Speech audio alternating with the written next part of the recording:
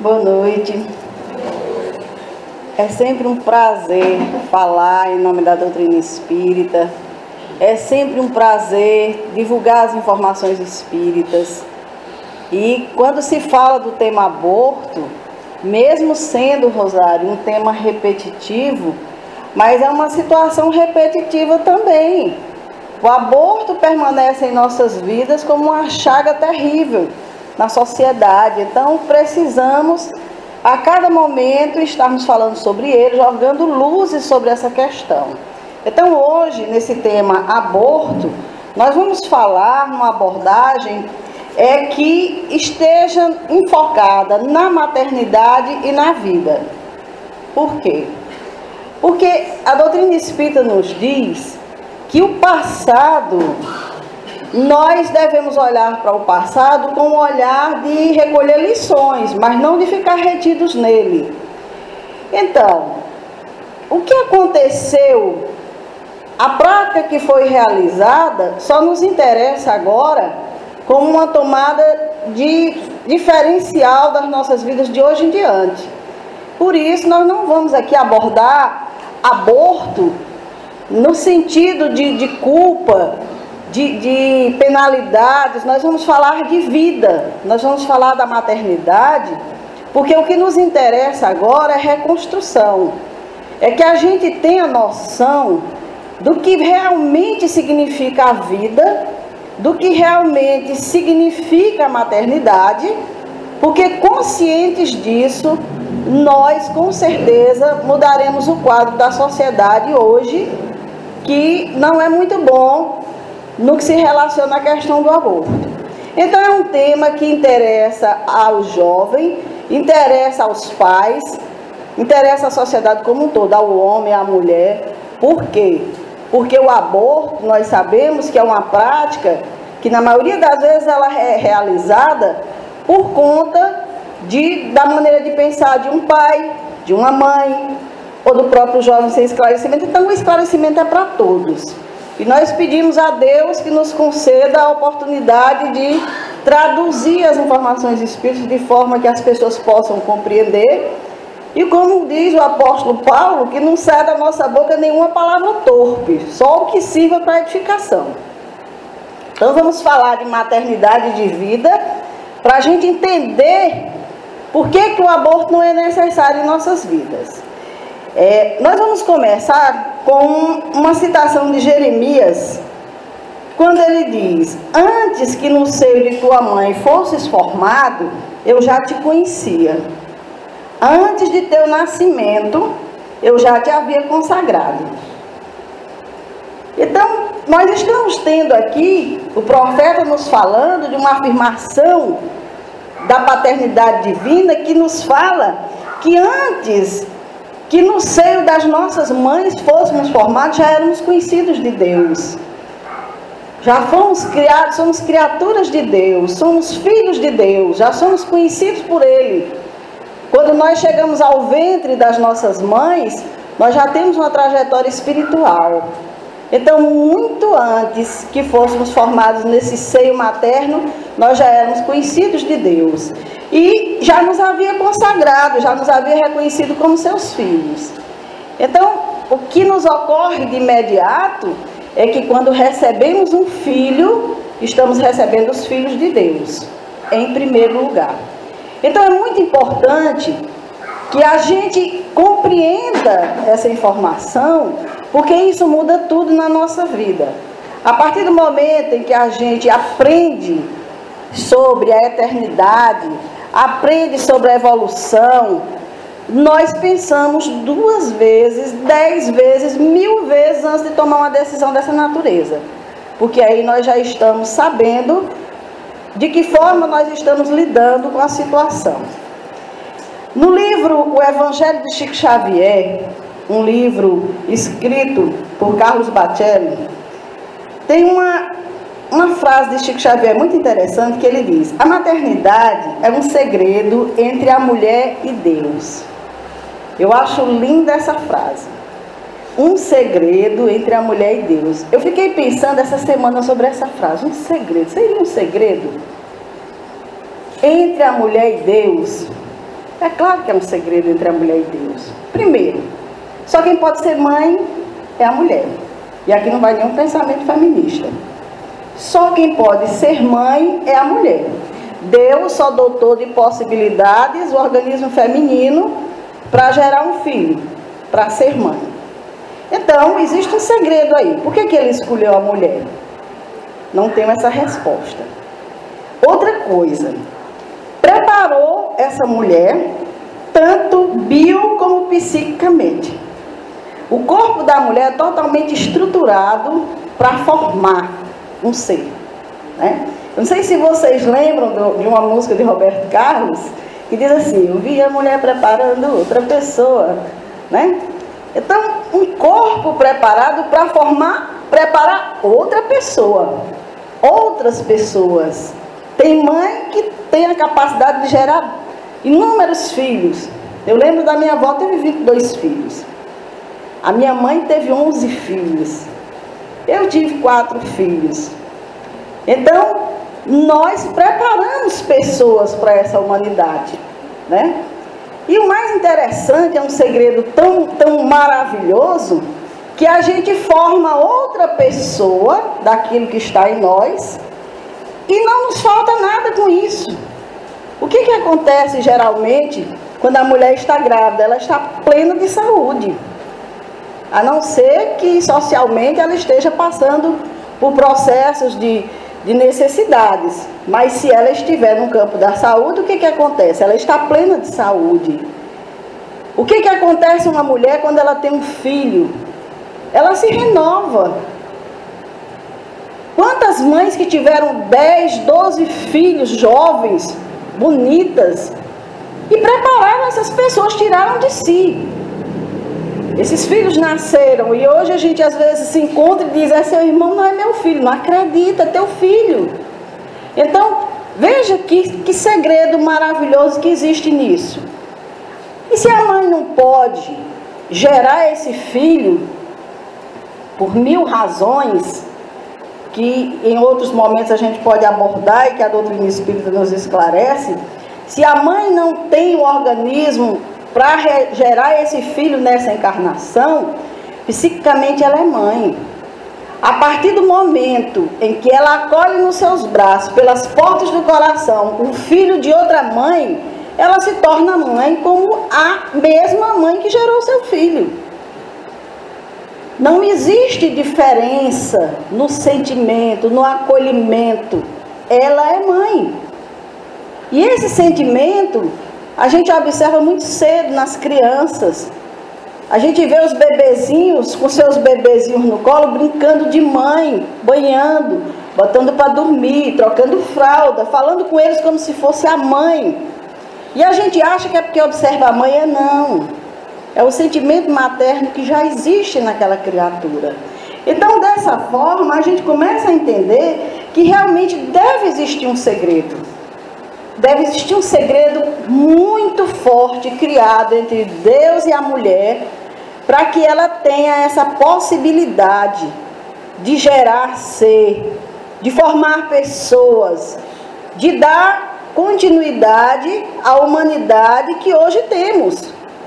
Porque se a mulher parar de gerar outros seres, o que acontece? Quantos países por aí que hoje estão investindo nos casais para que eles tenham filhos, porque está envelhecendo a população, não está tendo uma renovação? Então, Deus sabiamente tem o seu projeto. Nós não temos o alcance de entender o porquê disso, mas com certeza existe um mistério entre Deus e a mulher. E é um mistério tão belo que as mães são decantadas, né? Cantadas e decantadas na literatura, em músicas, em sentimentos e tudo. Mas a gente pode dizer assim: ah, mas tudo bem, mas tem mãe que não merece isso aí não. Tem mãe que não é mãe. Claro, a gente sabe de mães que são verdadeiras madrastas para os filhos, que são verdadeiras bruxas para os filhos. A gente sabe de mãe que teve um filho e não quer nem ver, já largou, já abandonou, não quis saber. A gente sabe de mães que mataram seu próprio filho. Elas geraram, então eram mães, mas se comportaram dessa forma. E quando eu estava estudando, me veio esse pensamento. E eu fui buscar resposta na doutrina espírita. E aí eu encontrei no livro Entre a Terra e o Céu, uma obra do espírito André Luiz, psicografada por Franciscano do Xavier, o momento em que o espírito Hilário, conversando com o Chico Xavier, ou com André Luiz, diz: maternidade é sagrado serviço espiritual em que a alma se demora séculos, na maioria das vezes, aperfeiçoando qualidades do sentimento. Então, aí eu comecei a entender que essas mães estão começando o aprendizado da maternidade. E que os séculos vão se encarregar de fazer com que elas se aperfeiçoem nessa qualidade do sentimento. Que a mãe hoje, que já tem aquele instinto nato de ser mãe, de ter a tolerância, a paciência, o carinho com o seu filho, já é uma mãe que já vivenciou muitas experiências como mãe. Então hoje ela tem esse sentimento já trabalhado, essas qualidades do sentimento já estão presentes nela. Não é que ela não seja uma mãe diferente, que Deus tenha errado na porção de amor que tenha colocado nessa mãe. Mas na doutrina espírita, quando nós começamos a ver as coisas com os olhos do andar para a evolução, para o progresso, nós vimos que nada acontece por acaso. Deus não criou uma mãe perfeita e uma imperfeita. É a evolução que vai fazer isso. Então essa mãe que agora se demora nesse estágio, ela vai por várias vezes estar realizando o processo da maternidade, aperfeiçoando essas qualidades do sentimento. E ainda na obra Missionários da Luz, nós vamos encontrar no capítulo 12 o Espírito Manassés dizendo: as mães que não completaram a obra de amor que o Pai lhes confia junto dos filhos amados, devem ser bastante fortes para recomeçarem os serviços imperfeitos. Então é dessa forma: errou, volte, vá consertar. Errou, volte, vá consertar. E sempre vai estar lá aquela mãe a receber o filho, a lidar com a dificuldade, a tentar e sempre se aperfeiçoando, sempre se melhorando, até que consiga realizar esse progresso necessário ao estado de maternidade. Nós estamos falando isso porque essas informações é importante que a mãe, o pai, o jovem saiba para saber lidar com situações de gravidez inesperada. Porque uma mãe que tem a noção dessa situação, o pai, a jovem, a situação é resolvida de uma forma muito diferente. O jovem jamais vai ter medo de chegar para o pai e para a mãe e abrir o seu coração numa situação dessa, porque ele sabe exatamente o que o pai entende daquela situação, a mãe entende, ele entende, e aí ele se coloca acima do medo, acima da satisfação que possa dar à sociedade, e diz para si mesmo: vou assumir, isso aqui é muito maior do que eu estou vivendo no campo do preconceito. Continuando aqui, nós vamos encontrar outra informação interessante no livro Entre a Terra e o Céu, o Espírito Hilário dizendo, porque veja bem, nós aqui encarnados, nós já conseguimos, nós já reencarnamos, já estamos aqui fazendo a nossa trajetória evolutiva. Então, às vezes, a gente nem atina para a importância desse momento. Tem muita gente que não valoriza o pai e a mãe que tem, a oportunidade, porque acha que, sei lá, tão banal isso. No mundo espiritual, os espíritos sabem a importância dessa oportunidade. Os espíritos sabem a importância desse seio maternal, como eles colocam aqui nessa obra, quando ele fala que o seio maternal é um vaso anímico de elevado poder magnético, ou um molde vivo, destinado à fundição e refundição das formas, ao sopro criador da bondade divina. Então eles sabem que a maternidade, esse vaso anímico, esse vaso da alma que está disponível para gerar essas formas, ele tem um elevado poder magnético, que nós vamos já falar sobre ele, que está destinado à fundição e refundição das formas. Quer dizer, o seio materno é que forma o nosso corpo hoje. Quando nós voltarmos em outras reencarnações, será sempre o seio materno a formar nosso corpo, a fundir, a refundir quantas vezes sejam necessárias ao nosso aprendizado. Então ele diz também que esse vaso, ou seja, o seio materno, atrai a alma sequiosa de renascimento que lhe é afim. Nós atraímos os espíritos que precisam nascer e que têm sintonia, que têm afinidade conosco. O seio materno, a mulher. E nós vamos encontrar no livro Missionários da Luz, estou colocando aqui as fontes para estimular vocês buscarem essas informações, porque aqui está muito resumido. Essas informações são belíssimas no livro Missionário da Luz, onde existe toda a trajetória da reencarnação do ser humano, desde os contatos com os pais, ao momento que acontece a reencarnação, o desenvolvimento do feto, tudo está lá. Então, ele diz que existe uma sintonia magnética que se estabelece entre o óvulo e o espermatozoide, que a gente aprendeu que o espermatozoide que fecunda o óvulo é o mais veloz. Não foi isso que a gente aprendeu? Então, o espírito Apuleio, nesse livro Missionários da Luz, ele diz que não. Existe uma sintonia magnética no óvulo, no seio materno, que é quem atrai o espermatozoide que ela quer que o fecunde. Então, aquele espermatozoide é quem ouve a sintonia. E é só ele que vai naquela direção, porque só ele ouve. E aí o espírito começa a informar que quando nós vamos encarnar, quando nós estamos no mundo espiritual, nós temos as nossas necessidades para essa reencarnação. Ah, eu vou precisar nascer com saúde, eu vou precisar ter uma dificuldade momental, vou precisar ter uma deficiência desse ou naquele. Então é escolhido e é magnetizado o espermatozoide que tem aquelas disposições dele. E somente aquele é que vai vencer essa corrida. O óvulo vai lançar a sintonia, só ele vai ouvir e só ele vai chegar lá.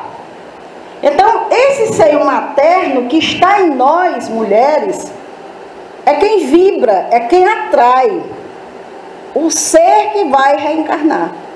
E esse ser vai ser sempre alguém ligado a ela, seja por uma necessidade de reparação espiritual, seja por afeto, seja lá pelo que for. Então é muito mais complexo do que a gente possa imaginar, e por isso Chico Xavier muito bem definiu como sendo um segredo entre a mulher e Deus. Porque isso, há 50, 60 anos atrás, quando esse livro foi lançado, passou a conta de ficção, mas hoje a ciência já se encaminha nesse campo de dizer que realmente existe uma sintonia magnética. Não é o mais veloz, é quem ouve. Tanto é que hoje alguns estudos mostram que através do DNA seria possível dizer quais as doenças que nós vamos desenvolver no futuro. Por quê? Porque o espermatozoide que foi magnetizado para aquela encarnação já vem com todo o seu projeto de vida, com os processos que teria que desenvolver, a necessidade que o espírito teria que passar e coisas dessa natureza. Então aí nós vamos vendo, vamos caminhando aqui para a importância desse corpo que os espíritos dão para nós, quando ele diz que o corpo físico, para eles, os espíritos, representa uma bênção de nosso eterno Pai. Uma bênção. E às vezes a gente tem tanta raiva do corpo que tem, ô corpo nojento, eu não queria ter esse corpo. Aí a gente corta aqui, tira da acolá e faz tudo no mundo para ficar com o corpo perfeito, sendo que o perfeito foi aquele que a gente trouxe porque era a nossa necessidade. Para os espíritos é uma bênção de nosso eterno Pai esse corpo, porque vai nos possibilitar a evolução. É o nosso instrumento para essa reencarnação. E diz também Alexandre, no Missionários da Luz, que o útero maternal significa para nós outros a porta bendita para a redenção. Sem o útero, não vemos o Reino dos Deus. Olha Jesus dizendo, ninguém pode ver o Reino de Deus se não nascer de novo. Se a gente fechar essa porta, a gente está fechando a porta à evolução de muitos espíritos. E um dia eu vi uma frase na internet que eu achei interessante. A pessoa colocou assim: vocês já prestaram atenção que todas as pessoas que são contra o aborto, que são a favor do aborto, já nasceram? Realmente. Já estamos aqui, mas nós vamos precisar voltar. Nós vamos precisar voltar e nós vamos precisar de portas. Então, o Espírito do André Luiz nos fala no seu livro que é a porta bendita para a redenção. Então, se nós temos essas informações espíritas e não divulgamos para o esclarecimento das pessoas, elas vão continuar achando que uma gravidez de uma semana, um mês, é um amontoado de células, não tem nada ali, pode ser descartado, não tem nada. E olha o que nós já vimos aí de informação do mundo espiritual, de que na realidade nós precisamos ter muito cuidado. Porque hoje nós já temos mecanismos de defesa, nós já temos conhecimento, ninguém é obrigado a engravidar, de maneira nenhuma. E aí a gente convida a visita, quando a visita chega a gente manda matar, joga ladeira abaixo. É um tanto esquisito. Então, por que tantas mulheres cometem aborto? Vamos entrar um pouquinho agora na questão do aborto, né? Porque o aborto, na realidade, não é nenhuma situação em que a mulher saia feliz dele. Veja bem, quando nós temos uma criança, a gente sai do hospital feliz da vida, levando no braço um bebê. Quando a gente comete um aborto, como é que a gente sai da situação? Vazia. E muitas vezes revoltada com a situação, porque na maioria das vezes a gente não queria cometer aquilo. Fomos levados por algumas situações. Então a mulher sai muitas vezes traumatizada. Tem muita mulher com traumas seríssimos aí, porque elas queriam levar a gravidez adiante e não levaram. Não estamos aqui para julgar mérito de ninguém nem demérito, de maneira nenhuma. Apenas passar o nosso esclarecimento. Mas também está acontecendo uma coisa complicada, interessante não, complicada. As mulheres estão desistindo de ter filho por coisas bem banais. Primeiro, não tem espaço para menino na minha vida não. Meu trabalho não me permite, estou começando minha carreira profissional e vai só impedir, de jeito nenhum, de jeito nenhum. Até aí tudo bem. A pessoa tem o direito de decidir sobre sua vida. Mas lá pelas tantas vem uma criança.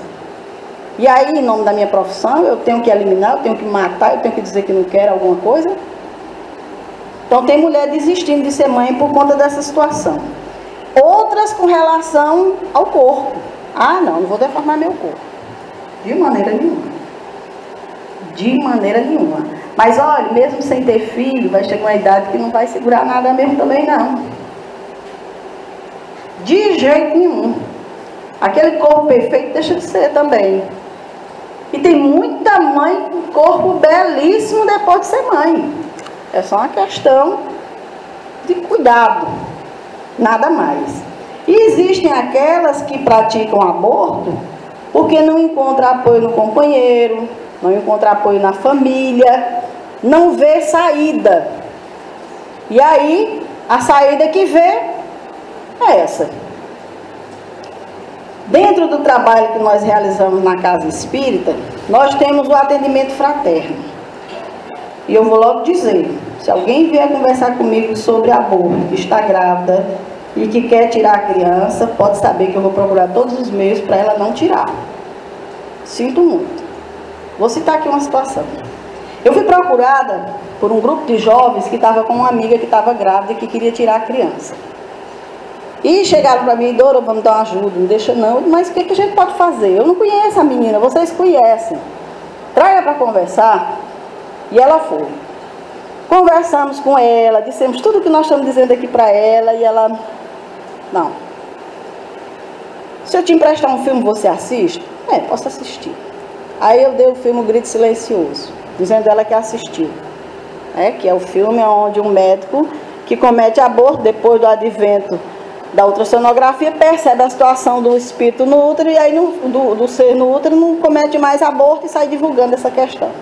Ela disse que leu e assistiu. E aí? Não, sinto muito. Sou irredutível. Leva o livro Deixe-me Viver, dizendo ela que leu, não leu. Aí na última conversa que nós tivemos, eu disse assim, vem cá, por que você está querendo tanto abortar essa criança? Eu não acredito que esse sentimento seu seja real. Ela disse, porque eu não quero que a minha família tome conhecimento disso. Deus me livre que minha família saiba disso. O seu problema é esse? Ela disse, Eu digo, querida, me perdoe, mas a sua família vai ficar sabendo. Mas você não pode fazer isso. Eu digo, sinto muito, mas a partir do momento que eu tenho conhecimento dessa informação, se eu não fizer alguma coisa, eu vou estar conivente com você. E eu não vou assumir isso. Infelizmente, eu vou procurar a sua família. E aí eu procurei a mãe e narrei o fato. E a irmã, veja bem, ela tinha uma irmã que não podia ter filho. A irmã, faltou pouco, foi dar pulo de alegria quando soube que ela estava grávida. A mãe, por que você queria fazer isso, minha filha? E ela chorando. E a irmã disse, criatura, se tu não quiser, eu crio teu filho. E ela disse, ninguém vai criar não, o filho é meu, quem vai criar sou eu. Olha aí, era só o que faltava.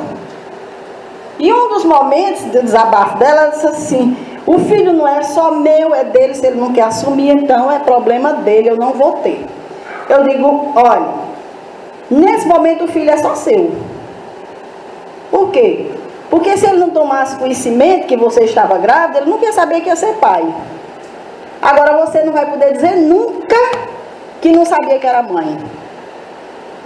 É você quem está com ele na barriga, é você quem vai doar sangue, carne, osso, pele, tudo que seja necessário para ele se formar. É você quem vai ter, é você quem vai segurar pela mão, quem vai levar para a escola, quem vai ensinar, quem vai conduzir. É você quem vai abraçar, quem vai amar, você não vai querer mais nem que ele saiba que ele existe. E olha, foi o que aconteceu. Esta moça ficou numa alegria, a família, pronto, acabou-se o problema. Teve o filho. Então, às vezes, não é que queira abortar, mas não tem escolha, acha que não tem ninguém que possa ajudar. E a partir daí acabou-se o drama dela. Então, é importante que a gente saiba disso, principalmente nós espíritas, porque nós vamos no nosso acolhimento do atendimento fraterno receber pessoas com situações como essas. E nós jamais devemos ter a postura de criticar, de condenar, de colocar a culpa nas pessoas. A postura no atendimento fraterno é acolher, consolar e esclarecer. Porque o que aconteceu só interessa agora a ela e Deus. Aí a gente coloca na conta do segredo entre ela e Deus. É de agora em diante o que ela possa fazer da sua vida, para se libertar do peso, da culpa, para se trabalhar de agora em diante no campo do bem, para ajudar, para fazer um trabalho no bem, tudo que ela possa fazer para desvincular aquela energia negativa dela. Uma outra situação que aconteceu no atendimento fraterno da nossa casa espírita, outra pessoa chegou e disse, eu estou com uma irmã em casa que chora, e chora, e chora, e vive trancada dentro de um quarto e não quer falar com ninguém. Está todo mundo preocupado porque ela entrou nesse quadro de depressão, não vai mais para a escola, não sai mais para lugar nenhum, e a gente está vendo a hora ela cometer suicídio. E aí levaram a moça para conversar. Os primeiros 10 minutos ela só chorava. Só chorava. O que está acontecendo? E ela chorando. Chorando aquele choro que, meu Deus, tem uma coisa muito doída nessa criatura. Mas o que é que está acontecendo? E ela não falava, não falava, não falava. Lá pelas tantas ela disse assim, eu não sou gente, eu sou um bicho, eu sou um animal. Por que você está dizendo isso com você? Por que você está sendo tão severa com você? Foi que você fez que mereça você dizer isso para você mesmo. Aí ela me disse, olha, antes eu disse para ela, essa é uma conversa entre você, eu e Deus. Eu estou abrindo para vocês, a título de exemplo, mas jamais citaria o nome dela em qualquer situação, para a família, seja lá para quem for, o caso para a família. Há muitos anos também, não tem ninguém presente aqui da situação, espero. E aí ela disse, eu estava com um envolvimento com uma pessoa e engravidei. E no momento em que ele soube que eu estava grávida, ele me abandonou. Não quis mais saber de mim. E eu tenho certeza, eu tinha certeza que se eu chegasse em casa e contasse essa situação, o meu pai, com certeza, não ia mais me aceitar dentro de casa. E eu não tenho para onde ir. Eu não tinha o que fazer. Então, o caminho que eu encontrei foi fazer isso. Eu tomei um remédio e abortei a criança. Só que de lá para cá eu não tenho mais paz e viver esse sentimento, porque eu não queria fazer isso, eu estou me sentindo um monstro. Você imagine a dor de uma criatura dessa. E aí nós fomos conversar sobre misericórdia divina, sobre tantas situações, e encaminhá-la para o tratamento na casa. Graças a Deus ela conseguiu superar isso aí. Então, não é a jovem, não é a mulher que comete esse tipo de coisas que merece ser repreendida, não. Ela tem que ser acolhida, tem que ser amparada, tem que ser ajudada. Se já fez, passou. Agora é daqui para frente. É tentar salvar de agora em diante aquelas que chegam dizendo que estão querendo fazer. É tentar ajudar da melhor maneira possível. É tentar dar informação suficiente para que a pessoa, quando se vê diante da situação, diga, não, isso eu não faço. Eu vou procurar aqui resolver minha situação, mas isso aqui eu não faço porque eu já sei do que se trata. Mas o mais grave que nós estamos vendo hoje é a indústria que está sendo criada por conta dessa situação do aborto, por conta da fragilidade da mulher. Há poucos dias, dia 14 de outubro, foi desarticulada uma quadrilha no Rio de Janeiro, vocês devem ter visto isso no jornal, foi denominada Operação Herodes. Foi o que Herodes fez com as crianças, né? Matou todas as crianças. Essa quadrilha foram expedidos 75 mandados de prisão. Médicos fizeram seu juramento para salvar vidas, ganhando dinheiro com aborto. E não era pouco. Tem uma médica que foi presa nessa operação, que em 2001 ela tinha sido denunciada pela prática de 6.352 abortos. Conta na Suíça, milhões. E você fica se perguntando como é que uma pessoa dessa consegue se vestir para um restaurante e comer. Eu já penso nisso. Porque ela está pagando com vidas, com fetos, né? E essa quadrilha realizava uma média de 10 abortos por dia, numa média de R$ 2.800 cada aborto. Recentemente eu li um livro, Berços Vazios, que recomendo, quem tiver interesse de ler. O Luiz Gonzaga, de Fortaleza, que trabalha num grupo mediúnico, estou já terminando, viu gente? Trabalha num grupo mediúnico de desobsessão em Fortaleza. Ele acompanhou um caso onde o processo envolvia aborto. Veja bem, quem estava envolvido nesse processo eram pessoas espíritas. Fizeram aborto agora? Não. Mas a gente não reencarna? A gente não vem para aprender? A gente não vem para resolver a situação? Então esse homem tinha uma filha e de repente começaram a acontecer problemas seríssimos de saúde na filha, com ele, com a mulher. E ele, um tarefeiro de peso e medida da doutrina espírita. Naturalmente ele tinha assim, um desejo muito forte de falar sobre aborto, né? Sobre a vida, para esclarecer as pessoas. E eu fiquei pensando, ai Jesus, será que eu estou nesse passado aí também? Mas ele era médico junto à esposa de uma clínica dessas. E ele tinha cometido uma média de 2.500 abortos, estava pouco ainda em relação a essa moça. Mas o processo obsessivo era tão terrível nessa família, que um dia ele pediu ajuda do Luiz Gonzaga. O Luiz Gonzaga foi fazer uma palestra na cidade e ele relatou o problema. E ele orientou e tudo. Tempos depois recebeu uma carta dizendo: meu irmão, me ajude, porque eu não estou mais suportando a carga. A minha mulher entrou num processo depressivo muito sério e vive querendo tentar suicídio, e a situação está aí, nós não estamos. E aí eles resolveram fazer um trabalho de desobsessão direcionado para a família. Quando eles abriram o trabalho, o que veio? Espíritos revoltados com a situação que sofreram do aborto. Mulheres que morreram nas mãos dele por conta de aborto.